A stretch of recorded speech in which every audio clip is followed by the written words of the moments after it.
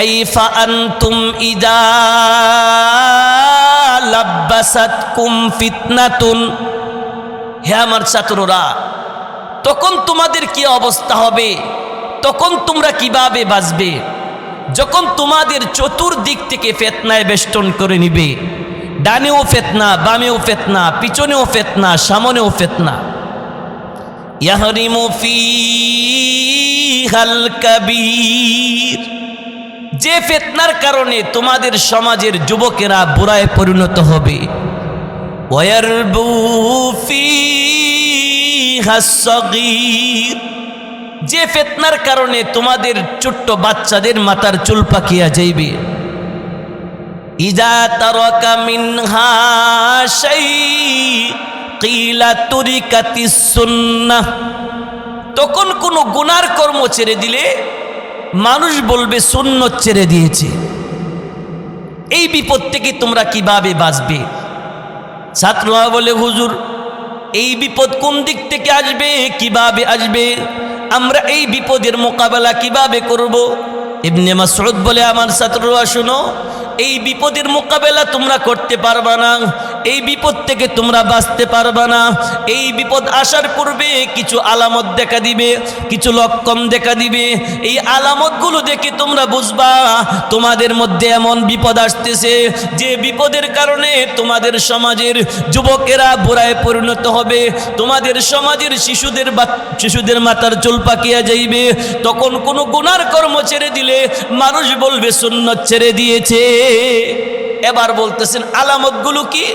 এক নাম্বার, ইজা যাহাবাত উলামাউকুম, এক নাম্বার আলামত হলো যখন তোমাদের সমাজের হক্কানি রব্বানি আলেম চলে যাবে।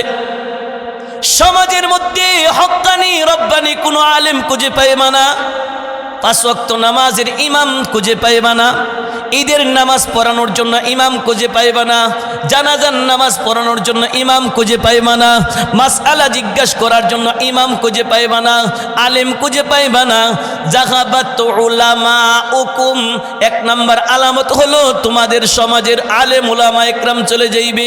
ওয়াকাসুরাত জুহালাউকুম, জাহেলের সংখ্যা বাড়বে, মূর্খ মানুষের সংখ্যা বেড়ে যাবে।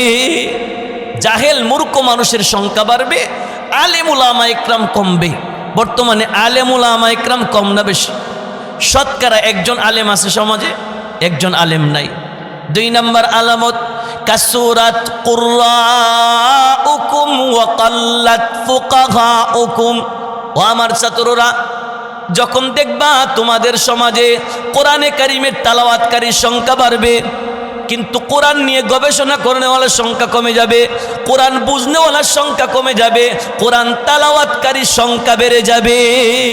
বর্তমানে কোরআন তেলাওয়াতকারীর লোকের অভাব নাই, ঠিক কিনা বেটি? কিন্তু কোরআন বুঝনেওয়ালার সংখ্যা বড় কম। 3 নম্বর আলামত, কাসুরাত উমারাউকুম ওয়া কাল্লাত উমানাউকুম। আমিরগণের সংখ্যা বাড়বে, নেতার সংখ্যা বাড়বে, নেত্রীর সংখ্যা বাড়বে, কিন্তু আমানতদারি কমিয়া যাইবে। নেতার অভাব হবে না। এখন বর্তমানে বাড়িতে বাড়িতে নেতা আছে কিনা নাই? বাড়িতে বাড়িতে নেতা, সমাজে সমাজে নেতা। শুধু নেতা না, নেত্রীও আছে, ঠিক কিনা বেঠিক? নেতা নেত্রীর অভাব হবে না, নেতা নেত্রীর সংখ্যা বাড়বে। ওয়াকাল্লাত উমানাউকুম, আমানতদারি কমে যাবে, নেতা থাকবে, আমানতদারি থাকবে না। আমরা দেখছি ইতিপূর্বে করোনাকালীন, করোনার সময় খাদের নিচে তেলের খনি, ঠিক কিনা বেঠিক? করোনার মাল দিয়া খাদের নিচে তেলের খনি বানাইছে। করোনার মাল গরিবদেরকে দেওয়ার কথা, তারা কাঠের নিচে তেলের খনি বানাইছে। কাসুরাত উমারাউকুম ওয়া কাল্লাত উমানাউকুম, নেতার সংখ্যা বাড়বে, নেত্রীর সংখ্যা বাড়বে, আমানতদারি কমিয়া যাইবে। 4 নম্বর, ওয়াল তুমিসাতিদ দুনিয়া বিআমালিল আখিরাহ, আখিরাতের আমল করবে মানুষের দুনিয়া পাইবার আশায়। আখিরাতের আমল করবে মানুষে দুনিয়া পাইবার আশায়। নামাজ পড়বে দুনিয়া পাইবার আশায়, জিকির করবে দুনিয়া পাইবার আশায়। আখেরাতের আমল করবে, মানুষের দুনিয়া পাইবার আশায় জীবনে কোনোদিন নামাজ পড়ে না, রোজা রাখে না। সামনে নির্বাচন আসতেছে, মুখে লম্বা দাড়ি, হাতে তসবি, মাথায় টুপি, লম্বা জামা পরিধান করছে, তসবি নিয়া তসবি পড়ে। নাতি জিজ্ঞাসা করে, দাদা তসবি দিয়া কি পড়ো? কয় তসবি দিয়া আয়াতুল কুরসি পড়ি। কি পড়ে? আয়াতুল কুরসি পড়ে। নাতি জিজ্ঞাসা করে, দাদা আয়াতুল কুরসি পড়ো কারণ কি? কয়ে তুই জানিস না আয়াতুল কুরসির ভিতরে গদির কথা আছে, ওয়াসিআ কুরসিয়ুহুস সামাওয়াতি ওয়াল আরদি। আয়াতুল কুরসির ভিতরে গদির কথা আছে। আমার গদির দরকার, আমি নির্বাচনে দাঁড়াইছি, এই কারণে আয়াতুল কুরসি পড়ি। নাতি জিজ্ঞাসা করে, দাদা আয়াতুল কুরসি তো অনেক লম্বা, তোমার তসবির সোনা দেখি তাড়াতাড়ি করে। কয় নাতি তুই জানোস না আমি আয়াতুল কুরসি সংক্ষেপ করে ফেলেছি। আয়াতুল কুরসি সংক্ষেপ করে ফেলেছি। দাদা কিভাবে সংক্ষেপ করছো? কয় সংক্ষেপ করছি এখন পড়ি ইয়া কুরসি ইয়া কুরসি ইয়া কুরসি, হে গদি হে গদি হে গদি। আল্লাহর নবী বলেন, ওয়াল তুমিসাতিদ দুনিয়া বিআমালিল আখিরাহ। আখিরাতের আমল করবে মানুষের দুনিয়া পাইবার আশায়। 5 নাম্বার, ওয়াতুউল্লিমা লিগাইরিদ্দিন। মানুষের দিন শিখবে, কোরআন শিখবে, হাদিস শিখবে, আল্লাহকে সন্তুষ্ট করার জন্য না, পাবলিক খুশি করার জন্য, অর্থ উপার্জন করার জন্য, সমাজে মার্কেট পাওয়ার জন্য। আলেম হবে আল্লাহকে সন্তুষ্ট করার জন্য না, পাবলিক খুশি করার জন্য। ইবনে মাসউদ বলেন, এই 5টি লক্ষণ যখন সমাজে দেখা দিবে তখন বুঝবা তোমাদের মধ্যে এমন বিপদ আসতেছে যে বিপদের কারণে তোমাদের যুবকেরা বুড়ায় পরিণত হবে, তোমাদের শিশুদের মাথার চুল পাকিয়া যাইবে। যে বিপর্যয়ের কারণে কোনো গুনার কর্ম ছেড়ে দিলে মানুষ বলবে সুন্নত ছেড়ে দিয়েছে। কেন? আলেম নাই, সুন্নত কাকে বলে বেদাত কাকে বলে জানবে না, নেকের কাজ কোনটা গুনার কাজ কোনটা জানবে না, আলেম না থাকার কারণে। আল্লাহ রাসূল সাল্লাল্লাহু আলাইহি ওয়াসাল্লাম আরেক হাদিসে কিয়ামতের ভবিষ্যৎবাণী করেছেন, লা তাকুমুস সাআতু হাত্তা ইয়াতাকারাবাজ জামান। আল্লাহর নবী বলেন, ও আমার উম্মতেরা, ততক্ষণ পর্যন্ত কিয়ামত হবে না যতক্ষণ পর্যন্ত সময় নিকটবর্তী হবে না। ফাতাকুনুস সানাতু কাশ-শাহরি, একটা বৎসর হবে একটা মাসের সমান। ওয়াতাকুনুস শাহরু কাল জুমআতি, একটা মাস হবে একটা সপ্তাহের সমান। ওয়াতাকুনুল জুমআতু কাল ইয়াউমি, একটা সপ্তাহ হবে একটা দিনের মতো। ওয়াতাকুনুল ইয়াউমু কাস-সাআতি, একটা দিন হবে একটা ঘন্টার সমান। ওয়াতাকুনুস সাআতু কাদ-দামরাতি বিন-নার, একটা ঘন্টা হবে একটা আগুনের স্ফুলিঙ্গের মতো। সময়ের বরকত কমে যাবে। মুহতারাম হাজিরিন, এই রমজান মাসটা মনে হয় কয়েকদিন আগে গেছে, এরকম লাগে না? আবার রমজান মাস আইসা গেছে। 3 তারিখে শবে বরাত, এর 14 দিন পরে রমজান। মনে মনে লাগে যে কয়েকটা দিন হলো রমজান মাস গেছে, আবার রমজান মাস আইসা গেছে। সময়ের বরকত কমে গেছে, এটাই কিয়ামতের আলামত। আর এক হাদিসে আল্লাহর হাবিব বলেন, সিনফানে মিন আহলিন নার। ও আমার উম্মতেরা, পৃথিবীর জমিনে এমন 2 প্রকার মানুষের আবির্ভাব হবে, লাম আরাহুমা, আমি নবী তাদেরকে দেখে যাইতে পারে নাই, আমি নবীর জামানায় তারা পৃথিবীতে আসে নাই। লাম আরাহুমা কওমুম মাআহুম সিয়া, এরা হলো 2 জাত, একদল হলো পুরুষ আর একদল হলো নারী।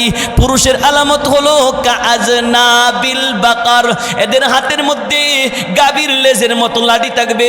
ইয়াদরিবুনা বিহান নাস, এই লাঠি দিয়ে মানুষকে নির্যাতন করবে, মানুষের উপর জুলুম করবে, মানুষকে অনর্থক পিটাইবে। এমন জালিম পৃথিবীর জমিনে আসবে, গাভীর লেজের মতো লাঠি এদের হাতে থাকবে, এই লাঠি দিয়ে মানুষকে অনর্থক পিটাইবে। এমন পুরুষ জাতি পৃথিবীর জমিনে আসবে।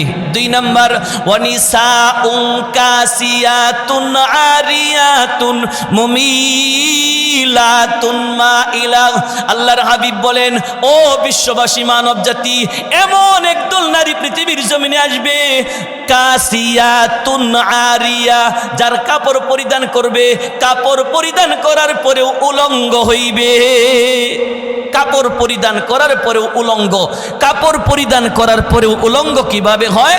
মুহাদ্দিসিন ইকরাম এই অংশের ব্যাখ্যায় লিখেন যে এই তখনকার যুগের নারীরা এত পাতলা কাপড় পরিধান করবে, পাতলা হওয়ার কারণে এদের দেহের পশম দেখা যাইবে, এদের দেহের লোম দেখা যাইবে, অথবা এরা টাইট কাপড় পরিধান করবে যে কারণে তাদের অঙ্গ প্রত্যঙ্গ দেখা যাইবে, অথবা এরা খুব অল্প কাপড় পরিধান করবে, এদের অঙ্গ প্রত্যঙ্গ দেখা যাইবে।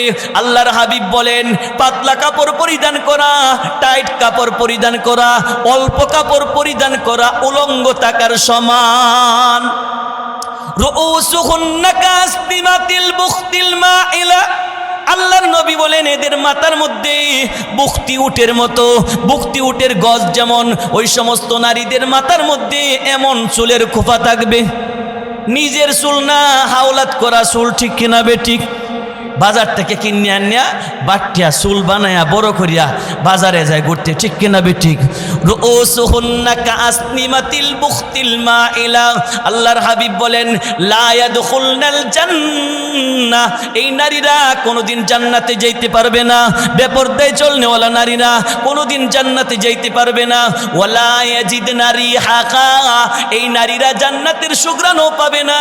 ওয়া ইন্না রিহাহা লাতুজাদু মিন মাসিরাতিন কাযা ওয়া কাযা, অথচ জান্নাতের সুঘ্রাণ এত এত মাইল দূর থেকে পাওয়া যায়, 500 মাইল দূর থেকে জান্নাতের সুঘ্রাণ পাওয়া যায়।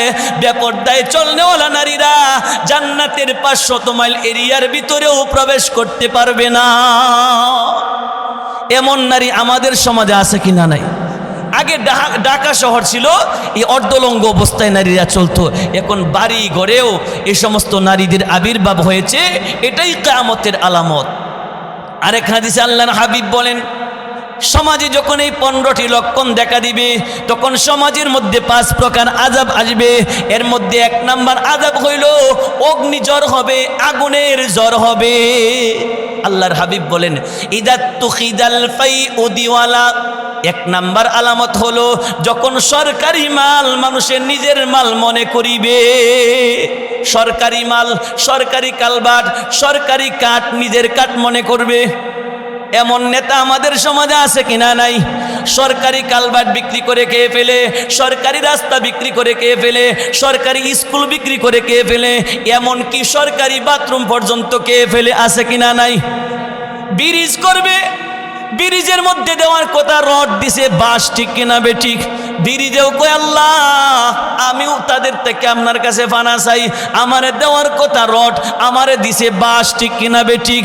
ইদাত তুখিদাল ফাইউ দিওয়ালা, 1 নাম্বার এমন জাতির আবির্ভাব হবে যারা সরকারি মাল নিজের মাল মনে করিয়া ব্যয় করিবে। ওয়াল আমানাতু মাগনামা, তাদের কাছে আমানত রাখলে এই আমানতের মাল গনিমতের মাল মনে করে ব্যয় করবে। ওয়াজ যাকাতু মাগরামা, যাকাতকে ট্যাক্স মনে করবে, ট্যাক্স যেভাবে দিতে চায় না, কিয়ামতের পূর্ব মুহূর্তে মানুষগুলো হিসাব করে যাকাত দিবে না। আল্লাহর কসম, পৃথিবীতে যদি মুসলমানরা হিসাব করে যাকাত দিত একজন গরিব খুঁজে পাওয়া যেত না, ঠিক কিনা বেঠিক? হিসাব করে যাকাত দিবে না। ওয়াজ যাকাতু মাগরামা ওয়া তুউল্লিমা লিগাইরিদ্দিন, মানুষের দিন শিখবে, কোরআন শিখবে, হাদিস শিখবে, আল্লাহকে সন্তুষ্ট করার জন্য না, পাবলিক সন্তুষ্ট করার জন্য, সমাজে মার্কেট পাওয়ার জন্য। এর আরেকটা ব্যাখ্যা হলো মানুষ শিক্ষিত হবে এলেম ছাড়া শিক্ষিত, শিক্ষিত হবে কোরআন ছাড়া শিক্ষিত। শিক্ষিত হবে মাস্টার্স পাস, কোরআন শরীফ পড়তে পারে না, এমন মানুষ আমাদের সমাজে আছে কিনা নাই? এই সমস্ত শিক্ষিতর কোনো দোষ নাই, দোষ কার? সিলেবাস যারা এভাবে বানাইছে তাদের দোষ, ঠিক কিনা বেঠিক? আমাদের বাংলাদেশ 95% মুসলমানদের বাংলাদেশে খেলা শেখানোর শিক্ষক আছে কিনা নাই? গান শেখানোর শিক্ষক আছে, কিন্তু আপনার আমার সন্তানদেরকে কোরআন শিক্ষা দেওয়ার শিক্ষক নাই, ঠিক কিনা বেঠিক? অথচ আমাদের কষ্টের টাকা, এই টাকা দিয়ে শিক্ষকদের বেতন দেওয়া হয়, আমাদের কষ্ট অর্জিত টাকার এই টাকা দিয়া শিক্ষকদের বেতন দেয়, গানের শিক্ষকের বেতন দেয়, খেলার শিক্ষকের বেতন দেয়। আমার সন্তানকে কোরআন শিক্ষার এমন একজন শিক্ষক বানাইতে পারে না, এমন একজন শিক্ষক নিয়োগ দিতে পারে না। এর কারণ কি? যদিও আমাদের এই বাংলাদেশ মুসলিম কান্ট্রি, মুসলমানদের দেশ, কিন্তু এই দেশের সিলেবাস বানায় ইংরেজরা, ঠিক কিনা বেঠিক? বিজাতিরা আমাদের দেশের সিলেবাস বানায়। আমরা পড়ি মুসলমান, মুসলমানের সন্তানেরা পড়ে, কিন্তু সিলেবাস তৈরি করে বেঈমানেরা, ঠিক কিনা বেঠিক? মোহতারাম হাজিরিন, আল্লাহর নবী বলেন উতুল্লিমা লিগাইরিদ্দিন, মানুষের দিন সারা শিক্ষিত হবে, কোরআন সারা শিক্ষিত হবে, এলেম সারা শিক্ষিত হবে। ওয়া আতাআর রাজুলু ইমরাআতাহু, নারীরা, পুরুষরা নারীর আনুগত্য স্বীকার করবে, স্বামী স্ত্রীর কথাই চলবে, স্বামী স্ত্রীর কথাই চলবে কিয়ামতের পূর্ব মুহূর্তে। ওয়া আতাআর রাজুলু ইমরাআতাহু ওয়া আক্কা উম্মাহু, মার অবাধ্য হয়ে যাইবে, মার সাথে খারাপ আচরণ করবে। ওয়া আক্কা উম্মাহু ওয়া আদনা সাদিকা, বন্ধুকে কাছে ডাকবে, বন্ধুকে বলবে চা খাও, বন্ধুকে বলবে পান খাও, বন্ধুকে বলবে ঠান্ডা খাও। ওয়া আদনা সাদিকা ওয়া আকসা আবা, পিতাকে দূরে সরাইবে। দূরে সরানোর ব্যাখ্যা হলো পিতাকে বৃদ্ধাশ্রমে দিবে, পিতাকে বৃদ্ধাশ্রমে দিবে। মার অবাধ্য হয়ে যাবে, বন্ধুর পিছনে অর্থ ব্যয় করবে, বন্ধুর পিছনে টাকা ব্যয় করবে। ওয়াজহারাতিল আসওয়াতু ফিল মাসাজিদি, মসজিদের মধ্যে শোরগোল করবে, মসজিদের মধ্যে চিল্লাচিল্লি করবে, মসজিদের মধ্যে মারামারি করবে। আছে কি না? নাই। কিছুদিন পূর্বে পত্রিকায় আসছিল, মসজিদের সভাপতি সেক্রেটারি পদ নিয়ে মারামারি করে একজন মারা গেছে। আল্লাহ রাসূল সাল্লাল্লাহু আলাইহি ওয়াসাল্লাম আরেক হাদিসে বলেন, ওয়াল্লাযী নাফসি বিয়াদিহি, আমি নবীর প্রাণ যার হাতে তার কসম করে বলি, পর্যন্ত কিয়ামত হবে না, হাত্তা ইয়াতাবাগান নাসু ফিল মাসাজিদি, যতক্ষণ পর্যন্ত আমার উম্মতেরা মসজিদ নিয়ে প্রতিযোগিতায় লিপ্ত হবে না, উম্মতেরা মসজিদ নিয়ে প্রতিযোগিতায় লিপ্ত হবে। দেখো আমাদের মসজিদ কত বড়, আমাদের মসজিদের মধ্যে জারবাতি আছে, আমাদের মসজিদের মধ্যে ফুল আছে, মসজিদ নিয়ে অন্য মানুষের সাথে ফকর করবে, প্রতিযোগিতায় লিপ্ত হবে। আরেক হাদিসে আল্লাহর হাবিব বলেন, ওয়া মাসাজিদুহুম আমিরাতুন ওয়া হিয়া খারাবুন আনিল হুদা, কিয়ামতের পূর্ব মুহূর্তে মসজিদ হবে সুসজ্জিত, কিন্তু ওয়া হিয়া খারাবুন আনিল হুদা, মসজিদ হবে হেদায়েত শূন্য। মসজিদ থাকবে ঠিকই, মসজিদে মুসল্লি থাকবে না। বর্তমানে মসজিদ, ওরে বাপ রে বাপ, শুক্রবারে নিচতলা ভরে উপরতলা ভরে, কিন্তু পাঁচ ওয়াক্ত নামাজে এক কাতার মুসল্লি নাই, ঠিক কিনা বেঠিক? আল্লাহ নবী এটাই বলছেন, ওয়া মাসাজিদুহুম আমিরাতুন, মসজিদ হবে সুসজ্জিত, ওয়া হিয়া খারাবুন আনিল হুদা, মসজিদ হবে মুসল্লি শূন্য। আগেকার যুগের মসজিদ ছিল কাঁচা, মুসল্লি ছিল পাকা, এখনকার যুগের মসজিদ হয়েছে পাকা, মুসল্লি হয়েছে কাঁচা। ওয়া যাহারাতিল আসওয়াতু ফিল মাসাজিদি, মসজিদের মধ্যে শোরগোল করা হবে, মসজিদের মধ্যে চিল্লাচিল্লি করা হবে। ওয়া কানা যাঈমুল কওমি আরজালুহুম, সমাজের নিকৃষ্ট মানুষগুলো, গোত্রের নিকৃষ্ট মানুষগুলো গোত্রের নেতা হবে, গোত্রের লিডার হবে। ওয়া কানা যাঈমুল কওমি আরজালুহুম, এর অর্থ হলো যে সমাজের খারাপ মানুষগুলো সমাজের নেতা নির্বাচিত হবে, সমাজের মেম্বার হবে সবচেয়ে খারাপ মানুষ, সমাজের চেয়ারম্যান হবে সবচেয়ে খারাপ মানুষ, সমাজের এমপি হবে সবচেয়ে খারাপ মানুষ, সমাজের মন্ত্রী হবে সবচেয়ে খারাপ মানুষ, সমাজের প্রধানমন্ত্রী হবে সবচেয়ে খারাপ মানুষ। ওয়াকানা যাঈমুল কওমি আরজালুহুম ওয়া উকরিমার রাজুলু মাখাফাতা শাররিহি, মানুষ মানুষকে সম্মান করবে তার মর্যাদার কারণে না, তার খারাপির কারণে। আমি যদি তার দল না করি, পিস্তল দিয়ে গুলি করে লাইব, আছে কি না? নাই। যদি তার দল না করি, আমার বিপদ, আমার চাকরি চলে যাওয়ার সম্ভাবনা আছে।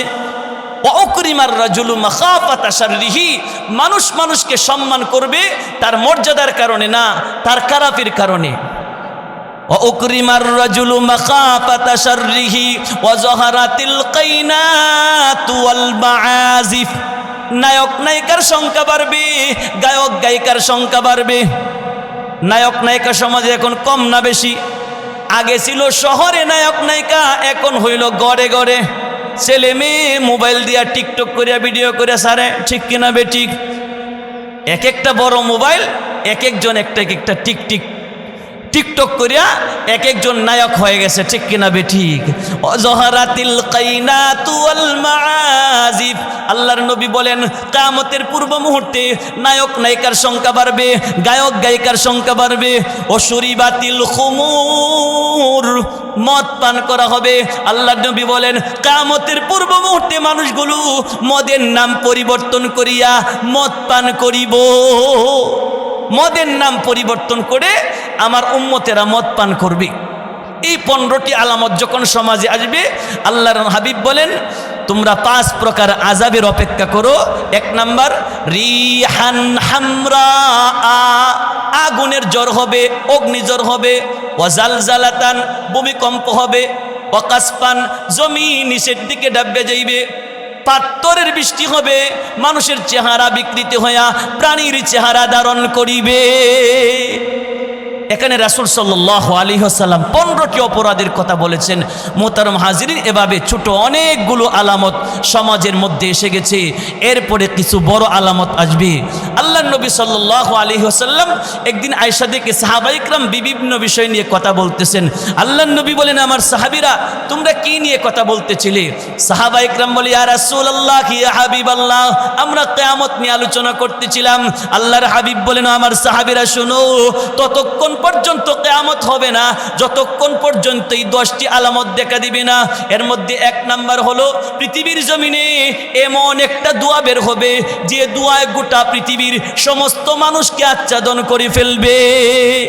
একটা দোয়া আসবে, ইয়াগশান নাস হাযা আযাবুন আলীম, সমস্ত মানুষকে ডেকে ফেলবে এমন একটা দোয়া আসবে। 2 নাম্বার, দাজ্জালের আবির্ভাব হবে। 3 নাম্বার, দাব্বাতুল আরদি, একটা প্রাণী বের হবে। এই প্রাণী বের হইয়া মানুষের সাথে কথা বলতে শুরু করবে।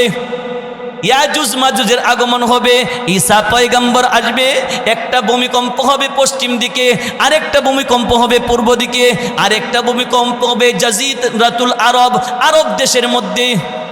ওয়াতাখরুজুন নারু মিনাল ইয়ামান, ইয়ামান শহর থেকে একটা আগুন বের হইবে। এই আগুন বের হইয়া গোটা পৃথিবীর মানুষগুলোকে দৌড়াইতে শুরু করবে। দৌড়াইতে দৌড়াইতে সমস্ত মানুষগুলোকে একসাথে করবে। তারুদুন নাসু ইলা মাহশারিহিম, এই আগুন সমস্ত মানুষকে একত্রিত কইরা হঠাৎ করে আগুনটা নিভিয়া যাইবে। কিছু মানুষ এই আগুনের কাছে থাকবে, কিছু মানুষ যার তার বাড়িতে চলে যাইবে। এর কিছুদিন পরে একটা হালকা বাতাস আসবে, মৃদু বাতাস আসবে, হালকা একটা বাতাস আসবে। এই বাতাসটা মুসলমানদের বুগল তলে লাগবে। বুগল তলে লাগার সাথে সাথে মুসলমান মৃত্যুবরণ করিবে। সমস্ত মুসলমান মৃত্যুবরণ করবে, পৃথিবীতে আর কোনো মুসলমান থাকবে না। আল্লাহর হাবিব বলছেন, লা তাকুমুস সাআতু হাত্তা ইউকালা ফিল আরদি আল্লাহ আল্লাহ। ও আমার উম্মতেরা, ততক্ষণ পর্যন্ত কিয়ামত হবে না যতক্ষণ পর্যন্ত পৃথিবীর জমিনে একজন ব্যক্তি আল্লাহ আল্লাহ বলনেওয়ালা থাকে। তখন একজন ব্যক্তিও আল্লাহ আল্লাহ বলনেওয়ালা নাই। আল্লাহ ইসরাফিলকে বলবেন, ইসরাফিল তুমি সিংহায় ফুৎকার দিয়ে দাও। ইসরাফিল তখন সিংহায় ফুৎকার দিয়ে দিবে। ইসরাফিল তখন সিংহায় ফুৎকার দিবে।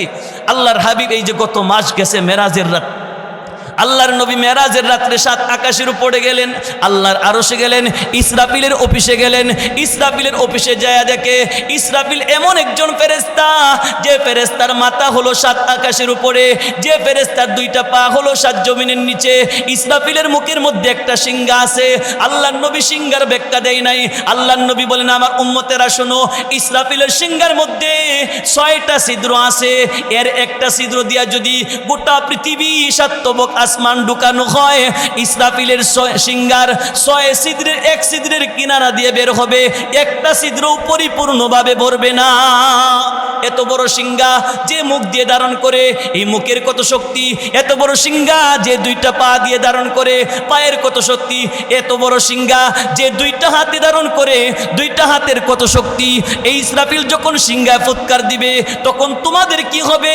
আমি নবী তো দেখে এসেছি, কাইফা আনআমু ওয়া সাহিবুস সুর, আমি নবী দেখে এসেছি সিংহালয় সিংহা নিয়ে দাঁড়িয়ে আছে, ওয়া আসগা সামাহু, কান লাগিয়ে আছে, ওয়াহান্না জাবনাতাহু, মাথা নত করে আছে, ইয়াংতাজিরু মাতা ইউমারু বিন্নাফকি, ইসরাফিল সিংহায় আল্লাহর আদেশের অপেক্ষামান অবস্থায় রয়েছে।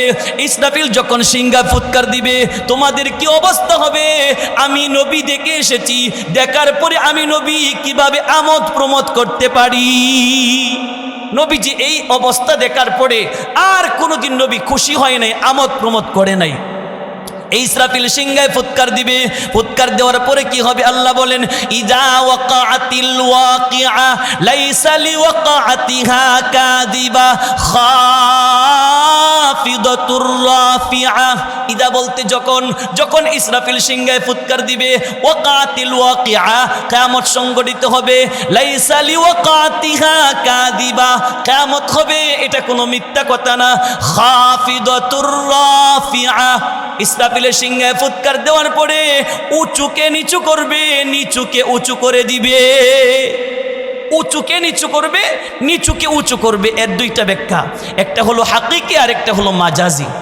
হাকিকি বাস্তব, মাজাজি রূপক। একটা হলো মাজাজি ব্যাখ্যা। মাজাজি ব্যাখ্যা হলো দুনিয়ার জগতের অনেক জালিম আছে, বোনের হক নষ্ট করেছে, ভাইয়ের হক নষ্ট করেছে, জনগণের হক নষ্ট করেছে, হক নষ্ট করে এবাদত বন্দিগি করেছে, হজ করেছে, মসজিদ বানাইছে, মাদ্রাসা বানাইছে, এবাদত বন্দিগি করে লক্ষ লক্ষ নেকি নিয়ে হাসরের মাঠে উঠবে। আল্লাহ তাআলা তার ভাইয়ের হক আদায় করিয়া, ভাই ছিল নিচু, ভাইকে বানাইবে উঁচু, বোন ছিল নিচু, বোনকে বানাইবে উঁচু, জনগণ ছিল নিচু, জনগণকে বানাইবে উঁচু, নেতাকে বানাইবে নিচু, ওই ভাইকে বানাইবে নিচু। আল্লাহ বলেন খাফিদাতুর রাফিআ, আমি আল্লাহ উঁচুকে নিচু বানাইব। যে জালিম জুলুম করে দুনিয়ার মানুষের হক নষ্ট করেছিল, আমি আল্লাহ তাকে বানাইব নিচু। যার হক নষ্ট করেছিল, আমি আল্লাহ তাকে বানাইব উঁচু। এটা হলো মাজাজি। আরেকটা হলো হাকিকি অর্থ। হাকিকি অর্থ হলো আমাদের মাথার উপরে যা আছে সব নিচে নেমে যাবে। কিভাবে নামবে? ইসরাফিল যখন সিংহায় ফুৎকার দিবে, ফুৎকার দেওয়ার পরে ইসরাফিলের সিংহার একটা আওয়াজ উপরে যাইবে, আরেকটা নিচে যাইবে, আরেকটা কয়েকটা গোটা পৃথিবীর মধ্যে থাকবে। উপরে যে অংশ যাইবে, উপরের জিনিসগুলো নিচে নামাইয়া দিবে।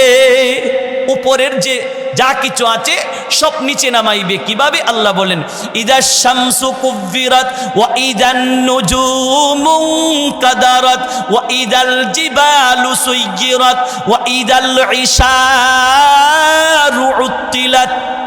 ইদা বলতে যখন, যখন ইসরাফিল সিংহায় ফুৎকার দিবে, শামসুন শব্দের অর্থ হলো সূর্য। কুব্বিরাতের দুইটা ব্যাখ্যা, একটা হলো আলোকহীন হওয়া, আরেকটা হলো চূর্ণ বিচূর্ণ হওয়া। সূর্য প্রথমেই আলোকহীন হবে।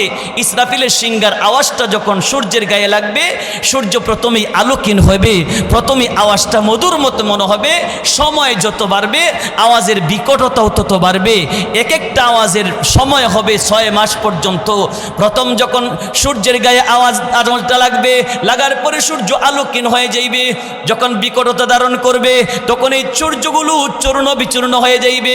চূর্ণ বিচূর্ণ হইয়া সাগরে নিক্ষিপ্ত হইবে।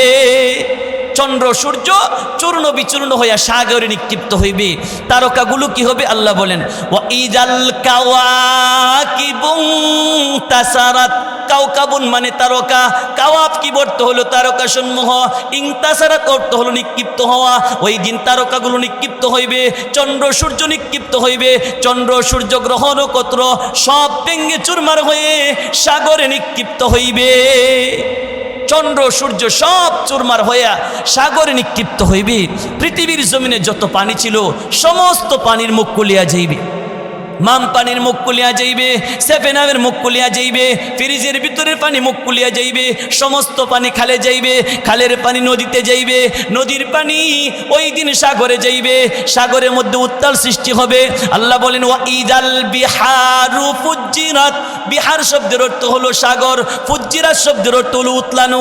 এই দিন সাগরের মধ্যে উত্তাল সৃষ্টি হবে। উত্তালের কারণে সাগরের মধ্যে আগুন দরিয়া যাইবে। সাগরের সমস্ত পানি আগুনে পরিণত হবে।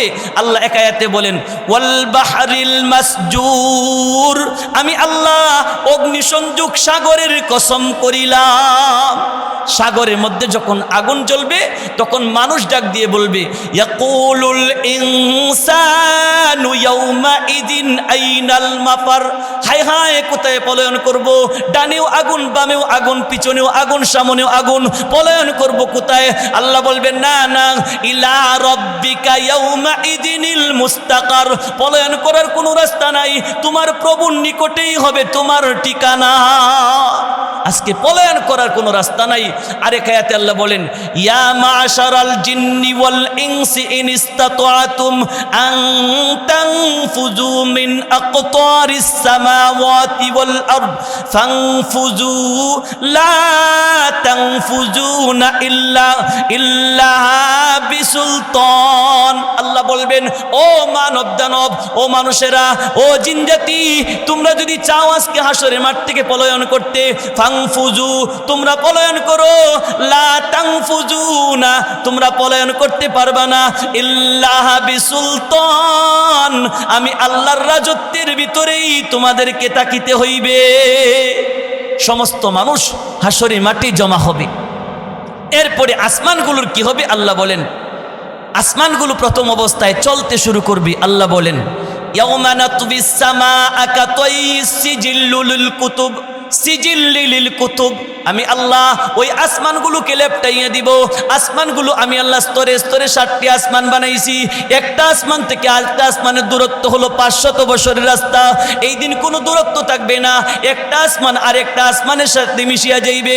যেমন বইয়ের পাতা, যেমন কিতাবের পাতা, এভাবে মিশিয়া যাইবে। আল্লাহ বলেন কাতাইস সিজিল্লিল কুতুব কামা বাদানা আউয়ালা খালকিন নুঈদু, আমি আল্লাহ পূর্বে যেমন বানিয়েছিলাম আবার এই আসমানগুলো পূর্বের মতো করিয়া নেব, এদের মধ্যে কোনো পার্টিশন থাকবে না। এরপরে কি হবে? আল্লাহ বলেন ওয়ানশাক্কাতিস সামাউ ফাহিয়া ইয়াউমাইদিন ওয়াহিয়া, ওই দিন আসমানগুলো চলতে শুরু করবে, চলতে চলতে দৌড়তে শুরু করবে। দৌড়ার কারণে একটা আসমান আর একটা আসমানের সাথে ধাক্কা লাগবে, টক্কর লাগবে। টক্কর লাগার কারণে আসমানগুলো চূর্ণ বিচূর্ণ হইয়া জমিনে নিক্ষিপ্ত হইবে। আসমান ভেঙ্গে চুরমার হয়ে জমিনে নিক্ষিপ্ত হইবে। আল্লাহ যখন জমিন সৃষ্টি করেছিলেন, জমিন নড়াচড়া করতে শুরু করেছে। আল্লাহ এই জমিনকে স্থির করার জন্য পাহাড় বানাইলেন। আল্লাহ বলেন ওয়াল জিবালা আউতাদা, ও বিশ্ববাসী মানব জাতি, আমি আল্লাহ যখন জমিন বানাইলাম, জমিন নড়াচড়া করতে শুরু করলো, ওই জমিনকে স্থির করার জন্য আমি আল্লাহ পাহাড় বানাইলাম।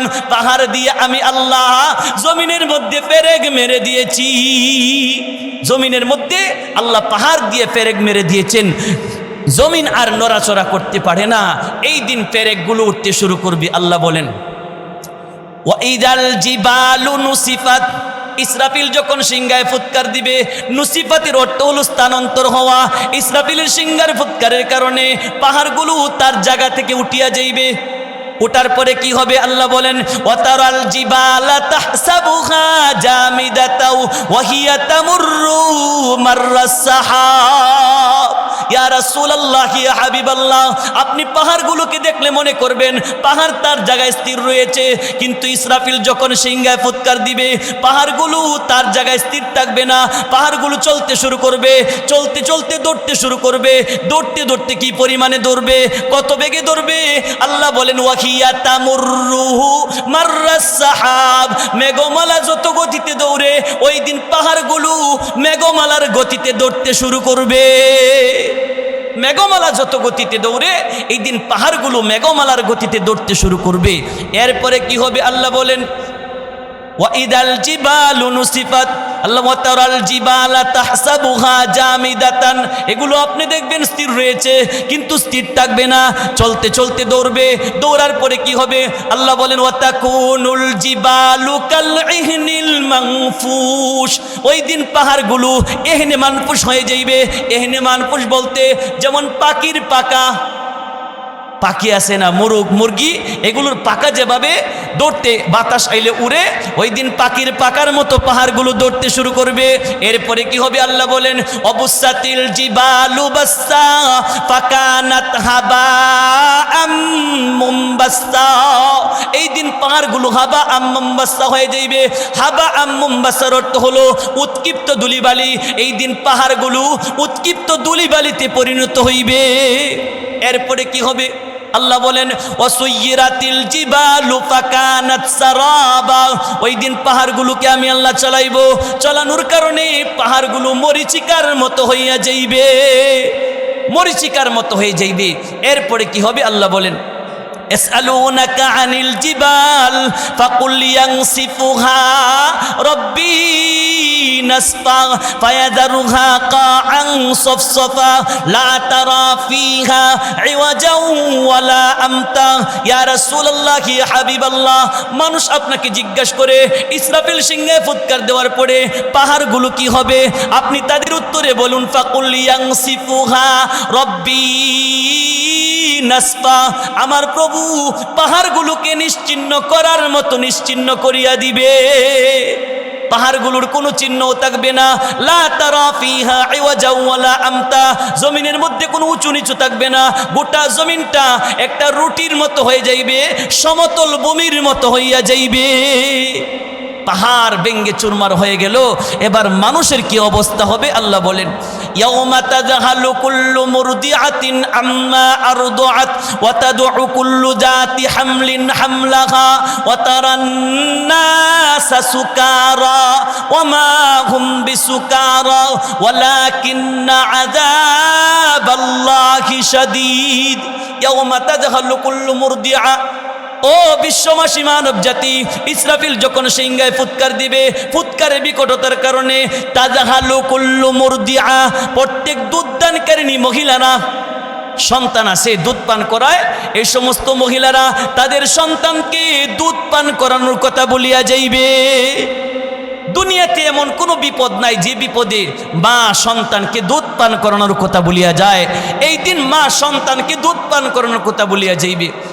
ওয়াতাদউ কুল্লু যাতি হামলিন হামলাহা, এরপর গর্ভবতী নারীরা তাদের গর্ভপাত কিভাবে হবে এরা টেরও পাবে না, বাচ্চাগুলো টাসটার জমিনে পড়তে থাকবে। ওয়া তারান নাসা সুকারা, মানুষগুলোকে দেখবেন পাগলের মতো। ওয়া মা হুম বিসুকারা, অথচ এরা পাগল নয়। ওয়ালাকিন্না আযাবাল্লাহি শাদীদ, কঠিন আযাব এদেরকে ধরেছে, অর্থাৎ ইসরাফিলের সিংহায় ফুৎকারে এদেরকে ধরেছে। মানুষগুলো পাগলের মতো দৌড়তে শুরু করবে। জমিনের কি অবস্থা হবে আল্লাহ বলেন, ইযা যুলজিলাতিল আরদু জিলজালাহা ওয়া আখরাজাতিল আরদু আসকালাহা ওয়া ক্বালাল ইনসানু মা লাহা। ইসরাফিল যখন সিংহায় ফুৎকার দিবে, জুলজিলাতিল আরদু জিলজালাহা, জমিন ভূমিকম্প হওয়ার মতো ভূমিকম্প হবে, জমিনের মধ্যে কম্পন সৃষ্টি হবে। ওয়া আখরাজাতিল আরদু আসকালাহা, জমিনের পেটের ভিতরে যা কিছু ছিল সব বের হয়ে যাইবে।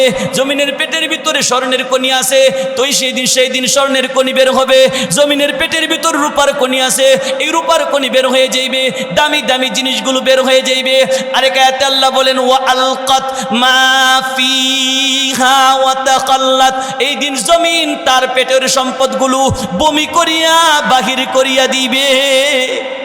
জমিনের ভিতরে সব কিছু বের হবে। তখন জমিন আর মানুষ একসাথে কথা বলবে। মানুষ বলবে, ওয়াকালাল ইনসানু মা লাহা, ও জমিন তোমার কি হয়ে গেল, তুমি এত কম্পমান কেন? তখন জমিন কি করবে আল্লাহ বলেন, ইয়াউমা ইযিন তুহাদ্দিসু আখবারাহা, এই দিন আপনার আমার যত গোপন তথ্য আছে জমিন সব গোপন তথ্যগুলো আল্লাহর সামনে ফাঁস করিয়া দিবে।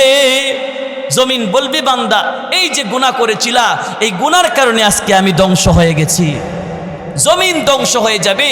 এরপরে প্রাণীগুলোর কি হবে আল্লাহ বলেন, ওয়া ইযাল বুহুশু হুশিরাত, ইসরাফিল যখন সিংহায় ফুৎকার দিবে, ওয়াহশি প্রাণী, বাঘ ভাল্লুক বেড়া, হুশিরাত বা মানা জমিআত, এরা একত্রিত জমা হবে, একসাথে বসবে। সমস্ত প্রাণীগুলো একসাথে দাঁড়াইবে।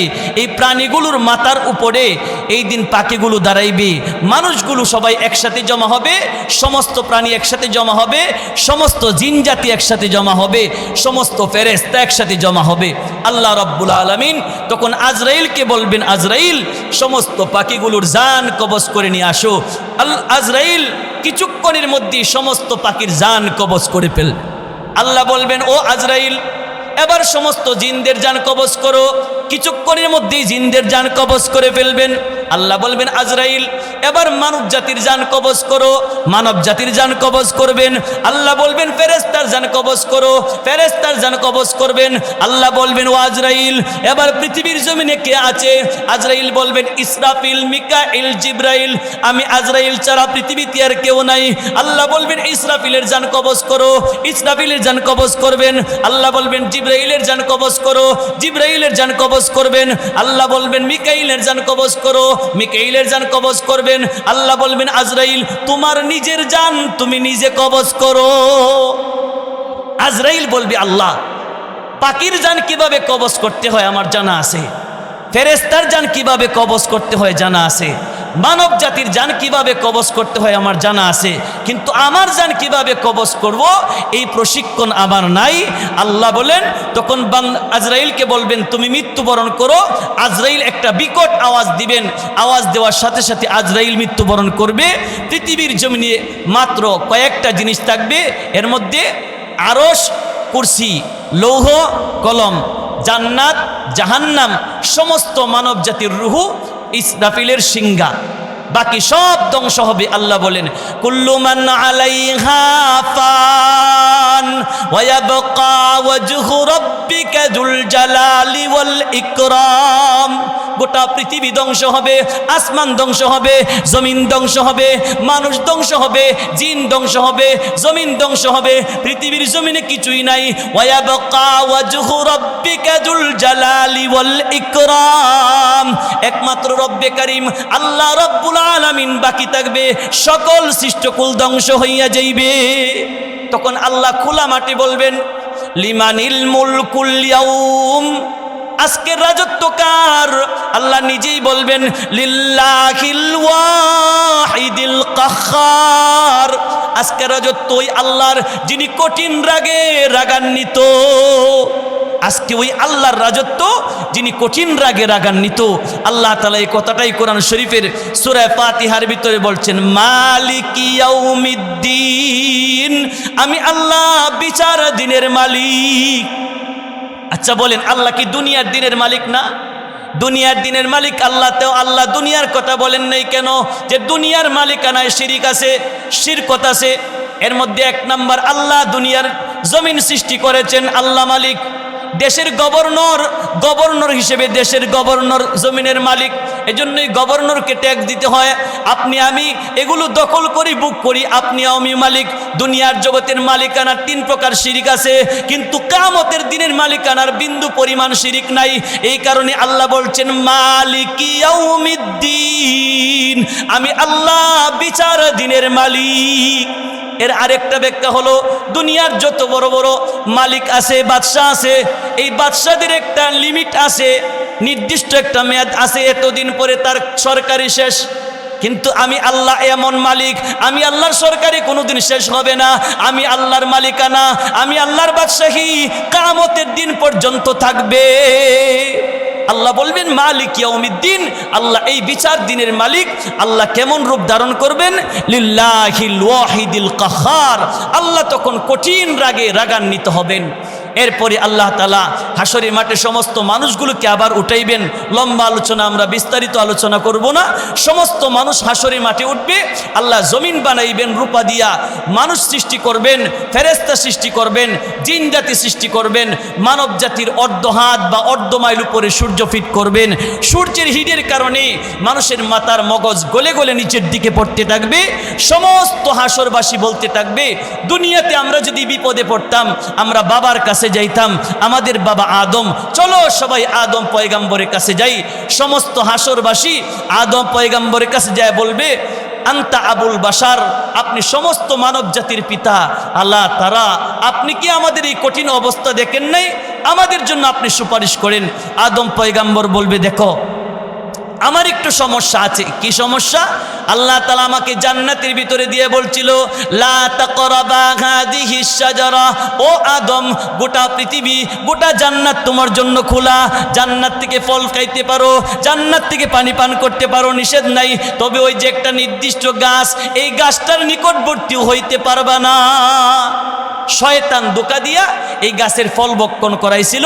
বাবা আদম বলে, আমার একটু সমস্যা, আমি তোমাদের জন্য সুপারিশ করব না, কারণ আল্লাহ আজকে কঠিন রাগে রাগান্বিত। আল্লাহ আজকে এত রাগ করেছেন যে ইতিপূর্বে আল্লাহ এত রাগ করে নাই, ভবিষ্যতেও আল্লাহ করবে না। আল্লাহ এত রাগে রাগান্বিত। ইযহাবু ইলা নূহিন, তোমরা সবাই নূহ পয়গম্বরের কাছে যাও। সমস্ত উম্মত নূহ পয়গম্বরের কাছে যাইবে, যায় বলবে, ইয়া রাসূলুল্লাহ আনতা আউয়ালুর রাসূল, ও পয়গম্বর নূহ, পৃথিবীর জমিনে আপনি সর্বপ্রথম রাসূল।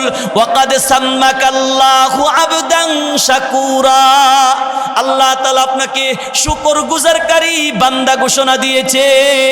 আল্লাহ তাআলা, আপনি কি দেখেন না আমাদের এই কঠিন অবস্থা, আমাদের জন্য সুপারিশ করেন। নূহ নবী বলে, আমার একটু সমস্যা আছে। কি সমস্যা?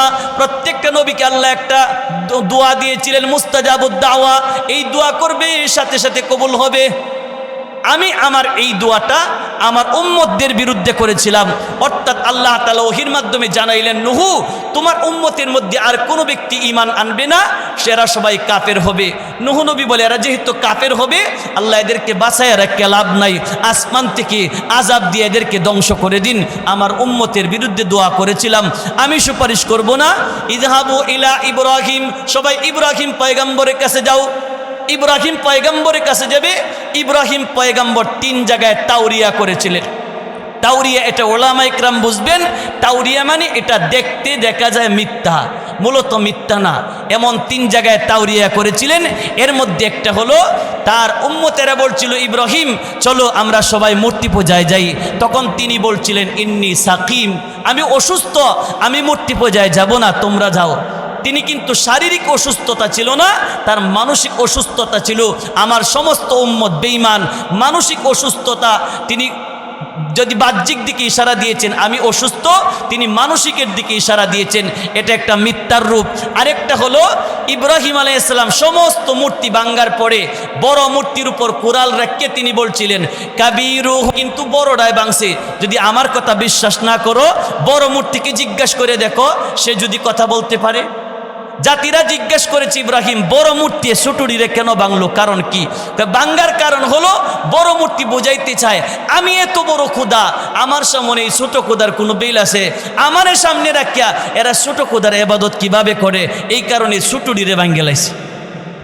ঠিক তখন তিনি বড়টার দিকে ইশারা দিয়েছেন। বড় বলতে উম্মতের মধ্যে নবী হলো বড়।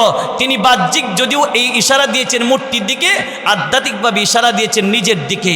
আরেকটা হলো, তিনি তার স্ত্রীকে নিয়ে এক জালিম বাদশার বাড়ির পাশ দিয়ে যাইতেছিলেন। জালিম বাদশা ছিল লম্পট চরিত্রহীন, সুন্দর নববধূ নিয়ে এদিক দিয়ে যাইলে তার বাসায় জমা দিতে হতো। তখন তিনি তার স্ত্রীকে বলছিলেন, হিয়া উখতি, তিনি আমার বোন। স্ত্রীকে বোন বলছিল, তিনি আমার বোন, স্ত্রীকে বোন বলছিল। সুতরাং এটা একটা মিথ্যার রূপ, মূলত মিথ্যা না। ইব্রাহিম আলাইহিস সালাম বলেন, না না, আমার একটু সমস্যা আছে, আমি তোমাদের জন্য সুপারিশ করব না। ইযহাবু ইলা মূসা, তোমরা সবাই মূসা পয়গম্বরের কাছে যাও। মূসা পয়গম্বর বলবে, আমার একটু সমস্যা। আমার কি? আমার উম্মত দুইজনে ঝগড়া লাগছিল, আমার কাছে বিচার নিয়ে আসছিল। ফাওয়াকাযাহু মূসা ফাকাদু আলাই, আমি বিচার করছিলাম, একটা থাপ্পড় দিছিলাম, আমার উম্মত একটা মরে গেছে গা। সুতরাং আমি একটু সমস্যায় আছি, আমি সুপারিশ করব না। ইযহাবু ইলা ঈসা, তোমরা সবাই ঈসা পয়গম্বরের কাছে যাও। সমস্ত হাসরবাসী ঈসা পয়গম্বরের কাছে যাইবে, যায় বলতে, ও আল্লাহর রসুল আপনি আমাদের জন্য সুপারিশ করেন। ঈসা পয়গম্বর বলবেন, শুনো হাসরবাসী, আজকে কোনো ব্যক্তি আল্লাহর সামনে কথা বলতে পারবে না, এমন কি আমার গর্ভধারিণী মায়ের জন্যও আমি তোমাদের জন্য সুপারিশ করতে পারবো না। আমার মায়ের জন্য সুপারিশ করতে পারবো না। সুপারিশ করার অধিকার কোনো মানুষের নাই। তবে আজকে একজন সুপারিশ করবেন, তিনি হলেন মুহাম্মাদুর রাসূলুল্লাহ সাল্লাল্লাহু আলাইহি ওয়াসাল্লাম। এক বর্ণনা এসেছে ঈসা পয়গম্বর সমস্ত জাতিকে বলবেন তোমরা মুহাম্মাদের কাছে যাও।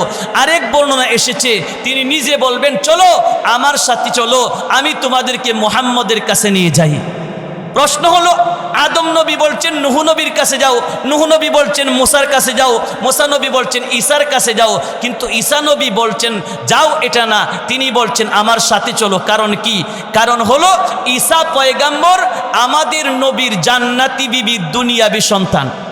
আল্লাহ রাসূল বলেন জান্নাতের মধ্যে আল্লাহ তাআলা আমাকে কয়েকটা নারীর সাথে বিবাহ দিবেন, এর মধ্যে একটা হলো ঈসা নবীর মা মারিয়াম আলাইহিস সালাতু ওয়াস সালাম, তিনি আমার বিবি হবেন। সুতরাং আমাদের নবীর জান্নাতি বিবি হলো মারিয়াম আলাইহিস সালাম। এই জান্নাতি বিবির দুনিয়াবী সন্তান ঈসা আলাইহিস সালাতু ওয়াস সালাম। সন্তান যদি ভদ্র হয়, একজন ব্যক্তি যদি তার বাবাকে খুঁজে ভদ্র সন্তান হলে বলবে আমার বাবা এখানে আছে, চলেন আপনাকে আমার বাবার কাছে নিয়ে যাই, ঠিক কিনা বে ঠিক? আর যদি অভদ্র হয় বলবে এই যে মাঠে আমার বাবা কাজ করতেছে, আপনি যান, ঠিক কিনা বে ঠিক? ঈসা নবীকে আমি ভদ্র সন্তান, আমার রুহানি পিতা মুহাম্মদ, তোমাদেরকে পাঠাইতে পারি না, তোমরা সবাই আমার সাথে চলো। সমস্ত জাতি ঈসা আলাইহিস সালাতু ওয়াস সালামের সাথে যাবেন, মুহাম্মদের কাছে যাইবেন।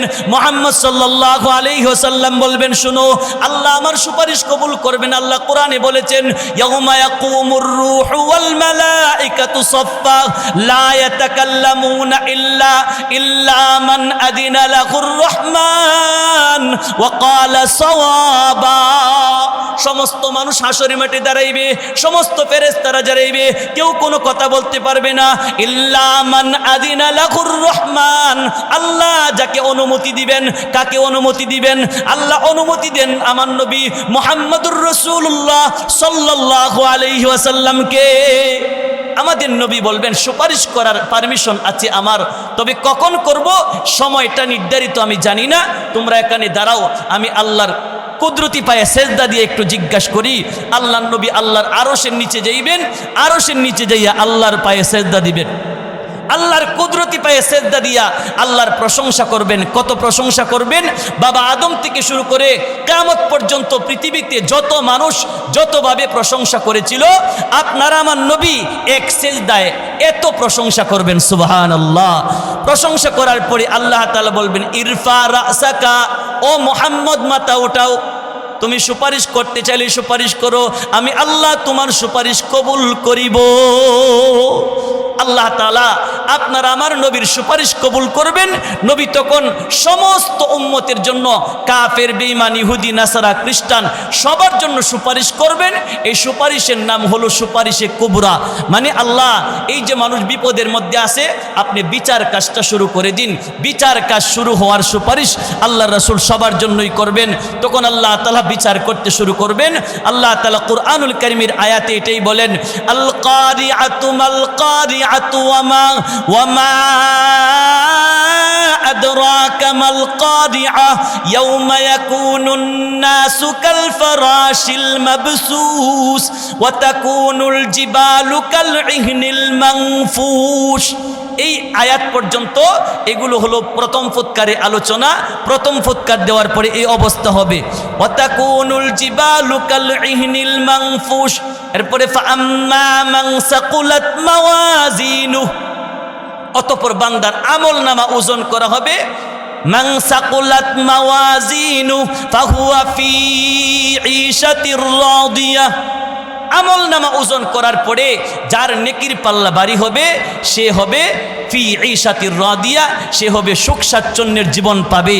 ওয়া আম্মা মান খাফফাত মাওয়াজিনুহু, যে ব্যক্তির নেকির পাল্লা হালকা হয়ে যাবে, ফা উম্মুহু হাবিয়া, সে হাবিয়া নামক জাহান্নামে প্রবেশ করবে।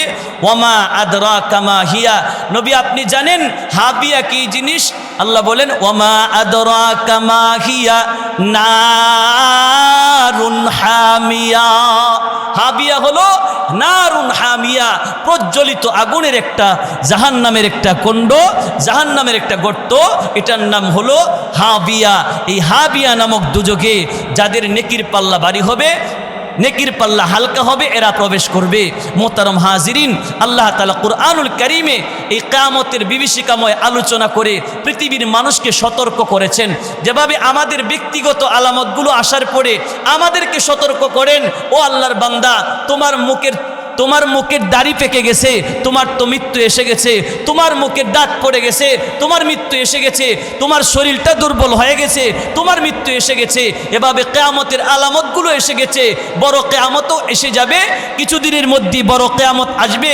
ও বান্দা, এগুলো আমি আল্লাহ নবীর মাধ্যমে উল্লেখ করে দিয়েছি, তুমি যাতে এগুলো থেকে বাঁচতে পারো, এই অপকর্ম থেকে বাঁচতে পারো, এই আলামতগুলো দেখিয়া তুমি যাতে কিয়ামত থেকে বাঁচতে পারো। আল্লাহ বান্দাকে বাঁচানোর জন্য নবীর মাধ্যমে কিয়ামতের আলামতগুলো আল্লাহ তাআলা উল্লেখ করে দিয়েছেন। কোরআন শরীফে আল্লাহ তাআলা বলছেন, ফাকাদ জাআ আশরাতুহা ফাআন্না লাহুম ইযা জাআতহুম যিকরাহুম। ও বান্দা, কিয়ামতের আলামতগুলো তো এসে গেছে, আলামত আসার পরে ফাআন্না লাহুম, তোমরা কি করবে? কিয়ামত যখন এসে যাবে, আসার পরে কোনো সুযোগ নাই। সুতরাং কিয়ামত এখনো আসে নাই, আসার কিছু আলামত দেখা দিছে। এখন তুমি সঠিক পথে চলে আসো, তোমার জীবন সঠিকভাবে গড়ো, তুমি জান্নাতি হইবা। এরপরেও যদি তোমার জীবন সঠিকভাবে না গড়ো, সবচেয়ে বড় কিয়ামতের আলামত যখন এসে যাবে, অর্থাৎ সূর্য এখন পূর্ব দিক থেকে উঠে, তখন পশ্চিম দিক থেকে উঠবে, তখন আর তুমি তওবা করলেও তোমার তওবা কবুল হবে না, তওবার দরজা বন্ধ হয়ে যাবে। তওবার দরজা বন্ধ হওয়ার আগেই নিজের জীবন সংশোধন করো, তওবা করে নিজের জীবনকে সংশোধন করে ফেলো। আল্লাহ তাআলা আমাদের সবাইকে যে আলোচনা হয়েছে এর উপর আমল করার তৌফিক দান করেন। আমিন। ওয়া আখিরু দাওয়ানা আনিল